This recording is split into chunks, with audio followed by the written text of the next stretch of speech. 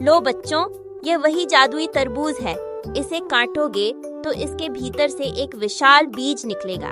वही बीज तुम्हारे गांव को जानते थे, क्योंकि यह पूरा गांव एक बहुत बड़े हरे हरे तरबूज के अंदर बसा हुआ था। यह तरबूज इतना बड़ा था कि उसके अंदर पहाड़, नदियां, खेत और घर भी थे। ये रघु आखिर गायब कहाँ हो गया? अरे श्यामू की माँ, मेरे बेटे रघु को तुमने कहीं देखा है क्या?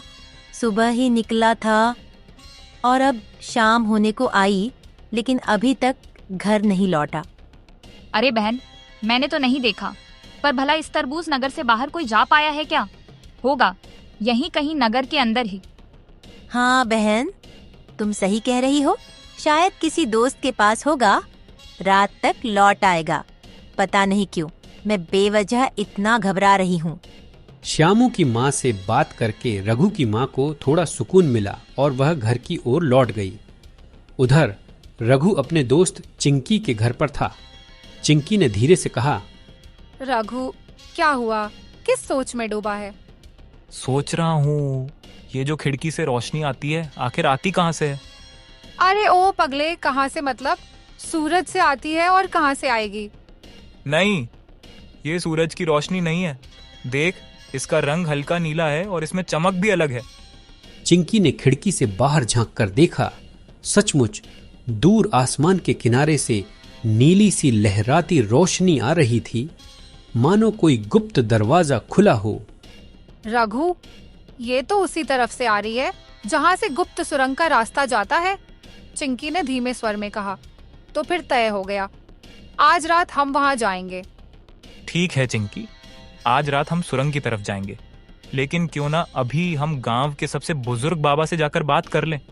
शायद वो हमें इसके बारे में कुछ रहस्यमयी बातें बता दें जो हमें अंदर जाने के बाद काम आए।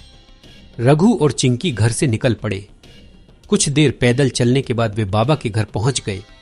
अरे वाह रघु, चिंकी, आज मेरे घर आने का मौका कैसे मिल गया?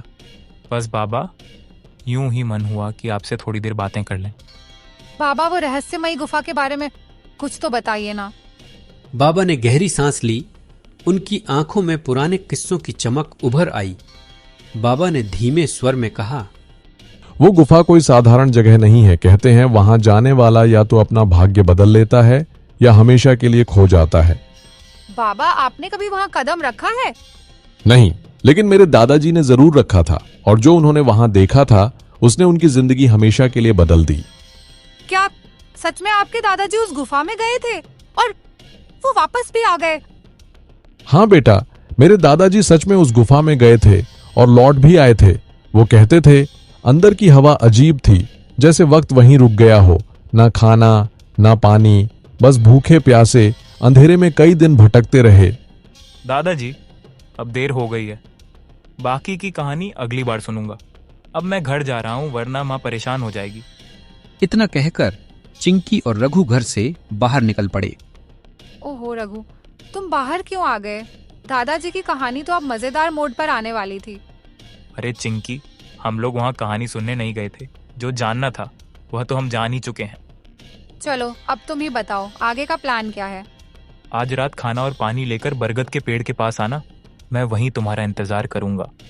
ठीक है, मैं सब लेकर आ जाऊंगी, लेकिन तुम भी समय पर आना, देर मत करना। इतना कहकर दोनों चुपचाप अपने अपने रास्ते निकल पड़े। रात का अंधेरा गहराने लगा था और रघु हाथ में लालटेन थामे बेसब्री से चिंकी का इंतजार कर रहा था। चिंकी, तुमको आने में इतनी देर क्यों लग गई? क्या करूं, मम्मी नींद ही नहीं ले रही थी, वरना मैं पहले ही यहाँ होती। अच्छा ठीक है, चलो अब निकलते हैं। इतना कहकर दोनों धीमे धीमे कदम बढ़ाते हुए वे रहस्यमयी गुफा की ओर चले और कुछ ही देर में वे गुफा के सामने खड़े थे। रघु, इसमें जाना ठीक रहेगा क्या? आज तक जो भी इस सुरंग में गया है वो कभी लौट कर नहीं आया। मुझे बहुत डर लग रहा है रघु, चलो घर चलते हैं वापस। अरे चिंकी, डर क्यों रहा है? हमने कभी किसी को इस सुरंग में जाते देखा भी है क्या? ये सब बड़े बूढ़ों की कहानियां हैं, कुछ नहीं होगा। मैं हूं ना, साथ चल। हाँ रघु, सही कहता है, कभी किसी को जाते तो नहीं देखा हमने। चल। अब जो होगा देखा जाएगा। रघु और चिंकी ने कदम बढ़ाए और दोनों धीरे धीरे उस अंधेरी गुफा के अंदर जाने लगे।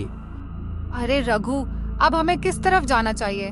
देखो, यहाँ तो 2 रास्ते निकल आए हैं। चिंकी, मुझे भी नहीं पता कि किस तरफ जाना चाहिए, पर चलो पहले वाले रास्ते पर चलते हैं और देखते हैं कहाँ पहुँचते हैं। चिंकी और रघु ने पहला रास्ता चुना और धीरे धीरे कदम बढ़ाते हुए आगे बढ़ने लगे। रघु, अब मुझे सच में बहुत डर लगने लगा है। देखो, यहाँ तो कई रास्ते निकल आए हैं। अब हमें किस तरफ जाना होगा? चिंकी, मुझे भी थोड़ा थोड़ा डर लग रहा है, पर घबराओ मत। मुझे पता है कि हम सुरक्षित बाहर निकलेंगे। चलो यहाँ भी पहले वाला रास्ता ही लेते हैं। चिंकी और रघु ने वहां से भी पहले वाला रास्ता चुना और धीरे धीरे कदम बढ़ाते हुए आगे बढ़ने लगे। तभी अचानक रघु का पैर किसी अनजान वस्तु से टकराया और एक हल्की सी कंपन पूरे रास्ते में फैल गई। चिंकी, रुको, मेरा पैर किसी चीज से टकराया है, जरा देखता हूं क्या है। चिंकी और रघु ने रुककर देखा तो उनके सामने एक पुराना सा संदूक पड़ा था। रघु, जरा संभल कर, ये संदूक पुराना है, पता नहीं इसके अंदर क्या हो, सांप, बिच्छू, कुछ भी। ठीक है चिंकी, मैं सावधानी से ही खोलूंगा, डर मत। रघु ने धीरे धीरे संदूक खोला। अंदर 2 पुरानी किताबें और एक मुड़ा हुआ नक्शा था। पहली किताब में बड़े बड़े अक्षरों में लिखा था तरबूज नगर का इतिहास। दूसरी पर केवल एक शब्द, जादू। चिंकी, देखो, इसमें से 2 किताबें और एक पुराना नक्शा मिला है। रघु ने लालटेन की रोशनी में उन्हें दिखाते हुए कहा। रघु, मैं सच में बहुत थक गई हूँ, जरा यहाँ बैठ जाती हूँ। तुम तब तक ये तरबूज नगर का इतिहास वाली किताब पढ़ो ना। ठीक है चिंकी, मैं अभी पढ़ता हूँ। कहते हैं सदियों पहले तरबूज नगर बादलों के बीच नहीं बल्कि धरती की गोद में था। अरे रघु, ड्रामा मत करो, बस वही लाइन पढ़ जो काम की है। ठीक है, पढ़ता हूँ। बहुत समय पहले तरबूज नगर धरती पर बसा था। रघु ने जैसे ही किताब खोली और पहला पन्ना पढ़ा, अचानक किताब के अक्षरों से सुनहरी रोशनी फूटने लगी। लालटेन जमीन पर गिर गई और अगले ही पल वे दोनों गायब हो गए। रघु, ये जगह कौन सी है? ये तो हमारे गांव जैसी भी नहीं लग रही। प्लीज प्लीज मुझे घर ले चलो, मुझे सच में बहुत डर लग रहा है। चिंकी, डर तो मुझे भी लग रहा है, लेकिन डरने से कुछ नहीं होगा। चलो किसी से पूछते हैं कि हम कहाँ हैं। दोनों सड़क पर आगे बढ़ते हुए चारों तरफ किसी इंसान की तलाश करने लगे। कुछ कदम ही चले थे कि सामने से एक आदमी आता दिखा। उसके कंधे पर एक कुल्हाड़ी थी। भैया प्रणाम, जरा बताइए ना, यह कौन सा गांव है? अरे तुम लोग कौन हो, कहाँ से आए हो? ये गांव है तरबूज नगर। हाँ भैया, मुझे तरबूज नगर ही जाना था। ठीक है, अब मैं चलता हूँ। इतना कहकर रघु और चिंकी धीरे धीरे चलते हुए आगे बढ़ गए। चलते चलते चिंकी ने रघु की ओर मुड़कर कहा, रघु, ये हमारा तरबूज नगर तो बिल्कुल नहीं लग रहा। ध्यान से देखो चिंकी, ये तो हमारा ही गांव लग रहा है, लेकिन लगता है हम समय में बहुत पीछे चले गए हैं। कुछ कुछ घर तो अपने गांव वाले जैसा ही दिख रहा है। अगर ये सच है कि हम समय में पीछे आ गए हैं, तो मेरी मम्मी पापा भी जिंदा होंगे। सोचो, मैं उन्हें देख सकती हूँ। शायद पहली बार उन्हें पास से देख पाऊँ। हाँ चिंकी, तुम सही कह रही हो। चलो पहले तुम्हारे घर के पास चलते हैं, देखते हैं तुम्हारे मम्मी पापा कैसे दिखते थे। रघु और चिंकी धीरे धीरे चिंकी के घर की ओर बढ़े। कुछ ही देर में वे घर के पास खड़े थे। चारों तरफ की हरियाली और पुराने घरों की झलक उन्हें अतीत में होने का एहसास करा रही थी। रघु, चलो मम्मी पापा से मिलते हैं और थोड़ी बात करते हैं। नहीं चिंकी, सोचो हम वहां जाकर क्या कहेंगे? क्या वह हमें पहचान पाएगी या हमें अजनबी समझेगी? और वैसे भी चिंकी, अब जब हम समय में पीछे हैं तो हमारा सबसे जरूरी काम यही है कि तुम्हारे मम्मी पापा को बचाना। तुम्हें याद है ना उनकी मृत्यु कैसे हुई थी? मैं भले ही छोटी थी, पर मुझे सब कुछ याद है। इस बार मैं उन्हें किसी भी कीमत पर कुछ नहीं होने दूंगी। रघु, मुझे अपने बचपन की इतनी सारी बातें याद हैं। अगर मैं अपनी मम्मी पापा को बताऊंगी तो वे मुझे जरूर पहचान लेंगे। ठीक है चिंकी, तुम्हारी हिम्मत देखकर लगता है हमें अब आगे बढ़ना चाहिए। चलो चलते हैं। इतना कहकर रघु और चिंकी दोनों चिंकी के पुराने घर की ओर बढ़े और कुछ ही देर में वो वहां पहुंच गए। सामने उसकी मम्मी पापा और बचपन की छोटी चिंकी खड़ी थी। अरे बच्चों, तुम कौन हो और अचानक मेरे घर में क्यों आ गए?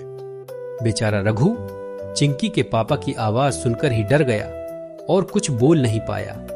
वहीं चिंकी अपनी मम्मी पापा को देखते ही रह गई। अरे बच्चों, मैं तुम लोगों से कुछ पूछ रहा हूँ। तुम कौन हो और यहाँ क्यों आए हो? बोलो। मेरा नाम रघु है और ये आपकी बेटी चिंकी है। हम लोग भविष्य से आए हैं ताकि इस गांव को बचा सकें और आपको सुरक्षित रख सकें। क्यों मजाक कर रहे हो बच्चों? सच सच बताओ, तुम लोग कौन हो? तब चिंकी बोली, पापा, याद है जब मैं पानी से भरे बाल्टी में गिर गई थी तो आपने मम्मी को कितना डांटा था? हाँ, डांटा तो था मैंने, लेकिन तुम लोगों को ये सब कैसे पता है? और पापा, क्या आपको याद है वो दिन जब मैंने आपकी टोपी छुपा दी थी, जिसे आप पूरे घर में उसे ढूंढ रहे थे? मुझे अब भी सब कुछ याद है। तब चिंकी अपनी बचपन की ढेर सारी बातें मम्मी पापा के सामने बताने लगी, जिसे सुनकर वे दंग रह गए और यकीन कर लिया कि सच में यह दोनों भविष्य से आए हैं।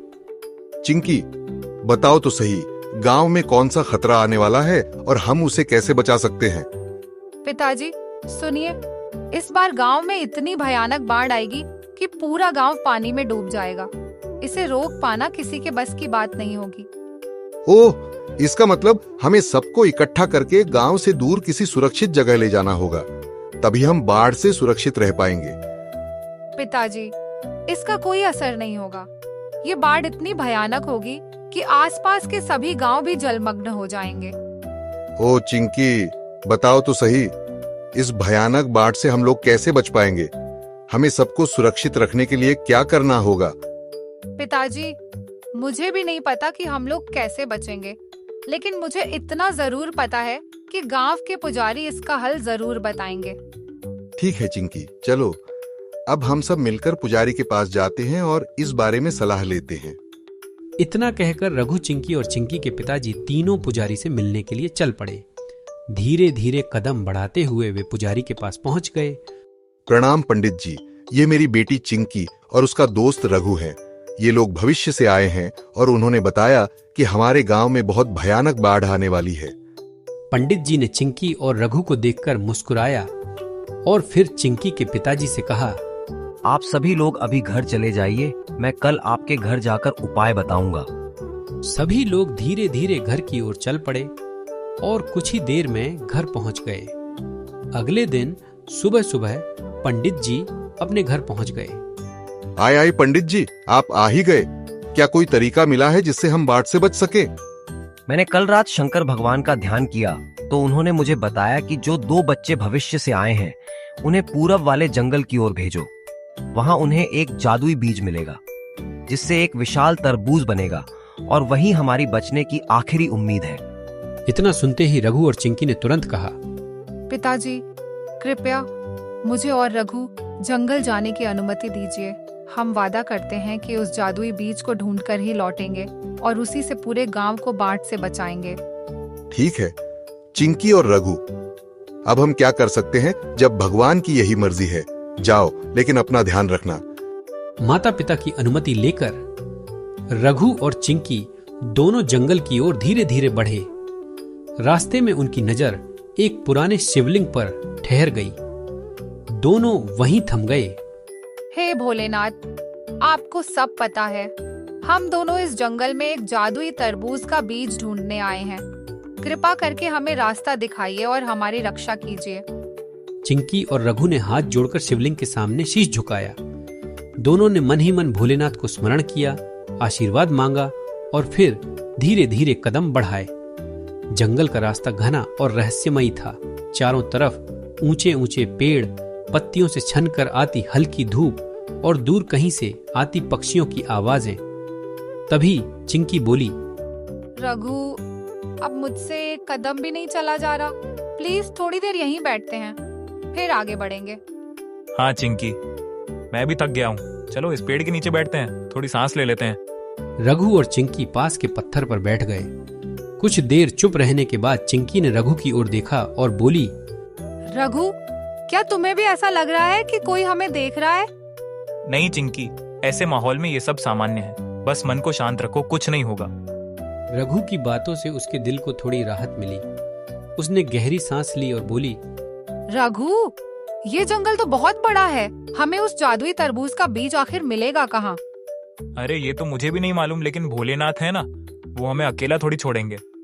रघु और चिंकी आपस में बातें कर ही रहे थे कि तभी रास्ते से एक साधु बाबा गुजरे। उनकी नजर दोनों पर पड़ी और वे सीधे उनके पास आ गए। अरे बच्चों, तुम दोनों इस घने जंगल में क्या कर रहे हो? बाबा, हम यहाँ एक जादुई तरबूज का बीज ढूंढने आए हैं। बाबा, क्या आपको पता है कि जादुई तरबूज का बीज कहाँ मिलेगा? साधु बाबा हल्के से मुस्कुराए, आंखों में जैसे कोई गहरा राज चमक रहा हो। बीज तो मिलेगा बच्चों, लेकिन इतनी आसानी से नहीं। जंगल के बीचों बीच एक मायावी पोखर है, वहीं जाना होगा तुम्हें। वहां एक पहेली छुपी है, अगर सही हल कर लिया तो बीज तुम्हारा होगा, लेकिन अगर जवाब गलत हुआ तो तुम भी उस पानी में हमेशा के लिए समा जाओगे। साधु बाबा की बात सुनकर रघु और चिंकी कुछ पल के लिए चुप हो गया। माथे पर हल्की चिंता की लकीरें उभर आईं। तभी चिंकी ने उत्सुकता और थोड़े आत्मविश्वास के साथ कहा, बाबा, हमें डर नहीं लगता, आप बस हमें रास्ता बता दीजिए, हम वो पहेली जरूर हल करेंगे। बच्चों, यहाँ से पूर्व की ओर निकलो। पेड़ों के बीच जो संकरा रास्ता है उसी पर चलते जाना। आगे बढ़ते बढ़ते तुम्हें मायावी पोखर मिल जाएगा। धन्यवाद बाबा, अब हम लोग निकलते हैं पोखर की ओर। इतना कहकर रघु और चिंकी बिना देर किए पोखर की ओर निकल पड़े। जंगल की पगडंडियों से गुजरते हुए थोड़ी ही देर में वे एक खुली जगह पर पहुंचे। सामने वही मायावी पोखर था। पोखर में रहने वाली रहस्यमयी शक्ति, हम तुम्हें पुकार रहे हैं। कृपया प्रकट हो और हमें जादुई तरबूज का बीज सौंप दो। जैसे ही चिंकी ने पुकारा, पोखर की सतह पर हल्की हल्की तरंगें उठी। कुछ ही क्षण में एक जल परी प्रकट हुई और बोली, कौन है जो मुझे पुकार रहा है? जो बीज की चाह रखता है उसे पहले अपनी बुद्धि और साहस साबित करना होगा। पहेली का उत्तर दोगे तो बीज तुम्हारा होगा, वरना यह पोखर तुम्हें हमेशा के लिए अपने भीतर समा लेगा। रघु, सच बताना, तुम्हें लगता है कि हम ये सवाल हल कर पाएंगे? हाँ चिंकी, मुझे पूरा यकीन है कि हम ये सवाल हल कर लेंगे, और जब सही जवाब देंगे तो लोग हमें जरूर सब्सक्राइब करेंगे। तो ठीक है, पहली सुनो, वह क्या है जो हमारे पास ही होती है। हम उसे देख सकते हैं पर पकड़ नहीं सकते। परछाई, क्योंकि परछाई हमेशा हमारे पास रहती है, हमें साफ साफ दिखाई देती है, लेकिन चाहे जितनी कोशिश कर लो उसे पकड़ नहीं सकते। जलपरी की आंखें चमक उठी। उसने मुस्कुराते हुए कहा, शाबाश बच्चों, पहली पहेली का जवाब सही दिया तुमने। अब सुनो दूसरी पहेली। ऐसा कौन सा धन है जिसे जितना बांटो उतना ही बढ़ता है? चिंकी ने रघु की ओर देखा। दोनों थोड़ी देर सोच में पड़ गए। रघु अचानक खुशी से उछल पड़ा और बोला, मुझे समझ आ गया चिंकी, इसका सही जवाब होगा ज्ञान। बहुत अच्छे बच्चों, तुम दोनों सच में बुद्धिमान हो। 2 पहेलियां तुमने सही हल की। अब अंतिम और सबसे कठिन पहेली सुनो। अगर इसका जवाब भी सही दिया तो तुम्हें मिलेगा वो जादुई बीज। ऐसा कौन सा साथी है जो हर हाल में हमारे साथ रहता है, चाहे खुशी हो या गम, उजाला हो या अंधेरा? रघु, मुझे लगता है इसका जवाब समय है। समय ही है जो हर पल हमारे साथ रहता है, खुशी में भी और गम में भी। सही कहा बच्चों, समय ही वह साथी है जो हर किसी के साथ जन्म से मृत्यु तक चलता है। तुमने आखिरी पहेली का भी उत्तर सही दे दिया। लो बच्चों, यह वही जादुई तरबूज है। इसे काटोगे तो इसके भीतर से एक विशाल बीज निकलेगा। वही बीज तुम्हारे गांव को बचाएगा। जलपरी ने मुस्कुराकर जादुई तरबूज रघु के हाथ में थमाया। दोनों धीमे कदमों से घर की ओर लौटने लगे। अब भी कुछ ही दूर चले थे कि तभी चिंकी बोली, रघु, देखो तरबूज कितना बड़ा है। हमें इसे संभाल कर ले जाना होगा, कहीं रास्ते में गिर ना जाए। हाँ चिंकी, चिंता मत करो, हम दोनों मिलकर इसे सुरक्षित गांव तक ले जाएंगे। वैसे रघु, तुम्हें क्या लगता है, क्या आप सभी लोगों ने हमें सब्सक्राइब कर लिया होगा? हाँ चिंकी, अगर ये वीडियो उन्हें अच्छा लगा होगा तो सब्सक्राइब करके हमारा हौसला बढ़ाएंगे। रघु और चिंकी रास्ते भर बातें करते हुए अपने घर पहुंच गए। अरे बेटा चिंकी, रघु, तुम दोनों तो जादुई तरबूज का बीज लाने गए थे ना, फिर ये तरबूज क्यों लेकर आए हो? क्या बीज नहीं मिला तुम्हें? नहीं पिताजी, ये सिर्फ साधारण तरबूज नहीं है, इसके अंदर ही वो जादुई बीज छुपा हुआ है। ठीक है बच्चों, अब देर किस बात की, चलो इस बीज को लगाते हैं और देखते हैं इसमें क्या चमत्कार छुपा है। नहीं पिताजी, पहले पंडित जी को भी बुला लीजिए, उनके सामने ही हम ये बीज बोएंगे। ठीक है चिंकी, रघु, तुम दोनों गांव के सबसे बड़े खाली मैदान में जाओ, मैं अभी पंडित जी को लेकर वहीं आता हूँ। तभी चिंकी और रघु खाली मैदान की ओर निकल पड़े। उधर चिंकी के पिताजी पंडित जी को बुलाने गए थे। थोड़ी ही देर में चिंकी और रघु मैदान पहुंच गए और पीछे से पिताजी भी पंडित जी को लेकर वहां आ पहुंचे। प्रणाम पंडित जी, देखिए हम लोग यह जादुई तरबूज ले आए हैं, इसके अंदर बीज छुपा है, अब आप ही बताइए इसे कैसे लगाना है। पंडित जी ने तरबूज को देखते हुए कहा, यह तरबूज मुझे दे दो, इसे लगाने का एक खास तरीका है और इसके साथ कुछ गुप्त मंत्र भी पढ़ने होंगे। तुम लोग अब घर चले जाओ, मैं इसे अपने विधि विधान से लगा दूंगा। रघु ने तरबूज पंडित जी को सौंपा। इसके बाद सब लोग धीरे धीरे कदम बढ़ाते हुए घर की ओर लौट गए। अगली सुबह, पिताजी जल्दी चलिए ना, मेरा दिल जोरों से धड़क रहा है, मुझे तो रहा ही नहीं जा रहा, चलकर देखते हैं आखिर वहाँ क्या उगा है। ठीक है बेटा, चलो चलकर देखते हैं। इतना कहकर रघु, चिंकी और उसके पिताजी खाली मैदान की ओर चल पड़े। कुछ ही देर में वे वहां पहुंचे और सामने का दृश्य देखकर दंग रह गए। पिताजी देखिए, आखिर हमारी मेहनत रंग लाई, अब बाढ़ से पूरा गांव सुरक्षित रहेगा। हाँ बच्चों, तुमने वो कर दिखाया जो सच में किसी और के बस की बात नहीं थी। आज मुझे तुम पर गर्व है। रघु, हमने तरबूज नगर बना तो दिया और सबको बाढ़ से बचा लिया, लेकिन अब एक सवाल रह गया है, हम वापस अपने समय में कैसे जाएंगे? चिंकी, तुम बस वापस जाने की बात कर रही हो, लेकिन भूल गई, हमें गुफा में एक नक्शा और जादू की किताब भी मिली थी। वो कोई साधारण नक्शा नहीं है, उसमें कुछ रहस्य छुपा है। हो सकता है उसी में हमारे घर लौटने का रास्ता लिखा हो, या फिर उससे भी बड़ा राज्य हमारा इंतजार कर रहा हो। हाँ दोस्तों, ये कहानी इतनी लंबी और मजेदार है कि एक ही पार्ट में पूरी नहीं हो सकती।